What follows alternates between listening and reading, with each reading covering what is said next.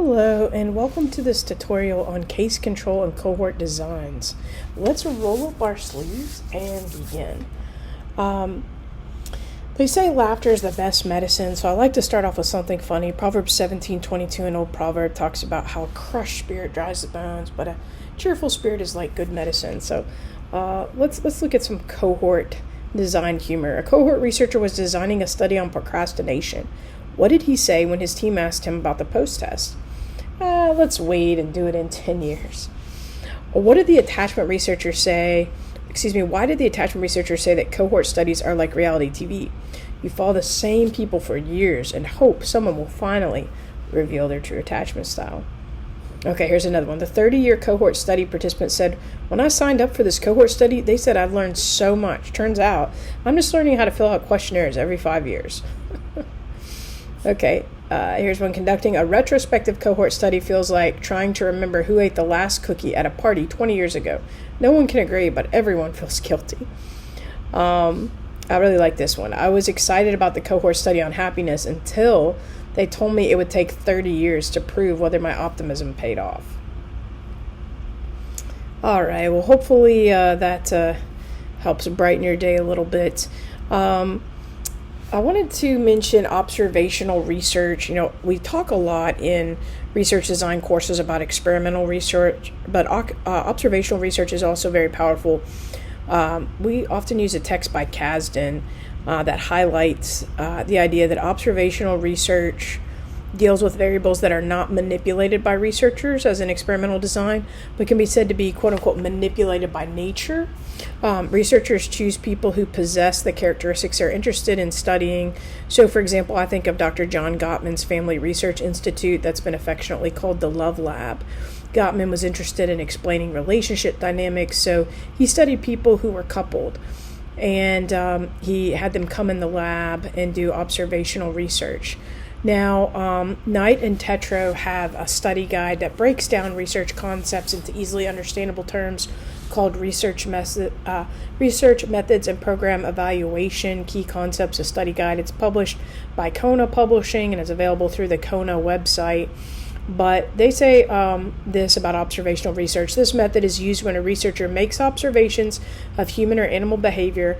Observational methods include naturalistic and laboratory observation.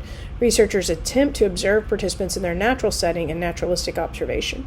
Now, the example I talked about a moment ago with Dr. John Gottman was an example of laboratory observation. An advantage of laboratory observation is that it includes more control over the environment.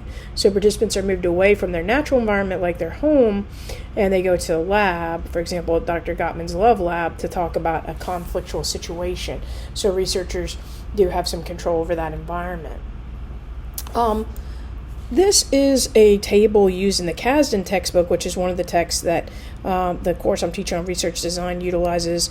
I like Kasdan's use of tables throughout the book to kind of organize the information about some of the different types of design. So we'll talk about those a bit more. The case control designs are basically where you have a case. And in psychological research, it's basically a diagnosis such as anxiety or depression.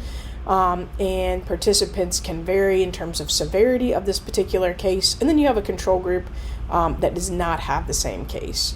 There's cross-sectional case control designs, and cross-sectional you have two groups. One group of individuals that has the case or characteristic of interest, and then you have the controls. So for example, you have students with depression and then students without depression, and you compare across groups. Then we have the retrospective case control designs as the second type of case control designs. And that is when you look at two different groups. For example, you might have mothers of children with ADHD and mothers of children without ADHD, and you ask them to retrospectively evaluate their past experience. And so they can look back and see, what is it that they value. So they're looking back. So in the top right corner, you see some examples of things that come to mind when I think retro, maybe vintage cameras, Volkswagen bugs, right? You're looking back at the past and you're evaluating and reporting on that in a retrospective study. So let's do a practice quiz item. Case control studies include those investigations in which groups that vary in the outcome or characteristic of interest are delineated. So typically, two groups are compared to evaluate a range of characteristics that may be evident currently, cross-sectional or case control designs, or may have occurred in the past, retrospective case control designs. So if you said true, your answer on this one was correct. Case control studies do include those investigations in which groups that vary in outcomes of interest are delineated, and then you have two groups compared and that may have control occurred in the past, where you would have a retrospective study.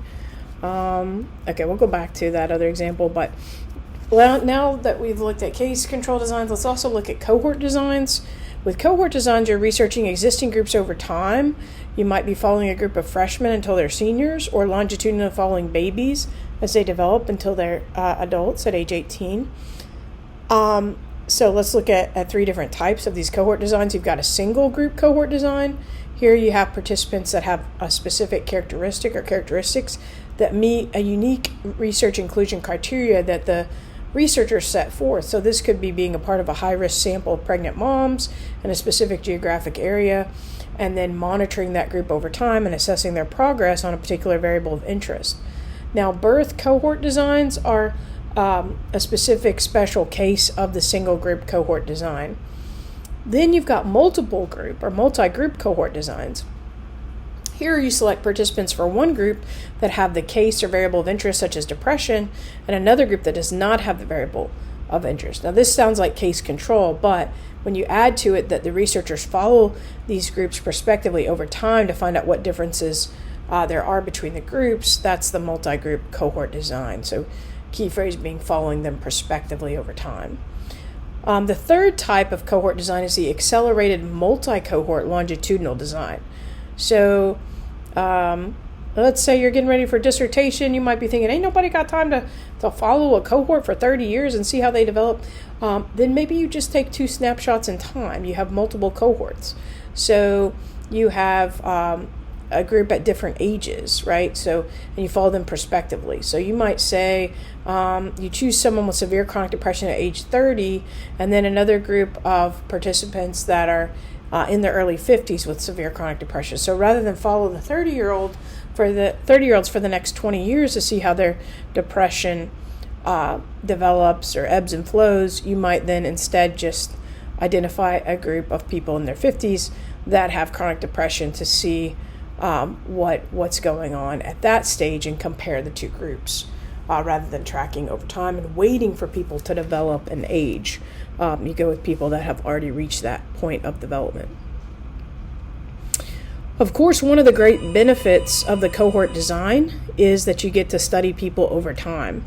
And speaking of which, our time has run out for today, but I hope you have enjoyed this brief overview of cohort designs and case control designs. Thank you for watching, and I hope this gives you concepts to contemplate. Until next time, God bless you.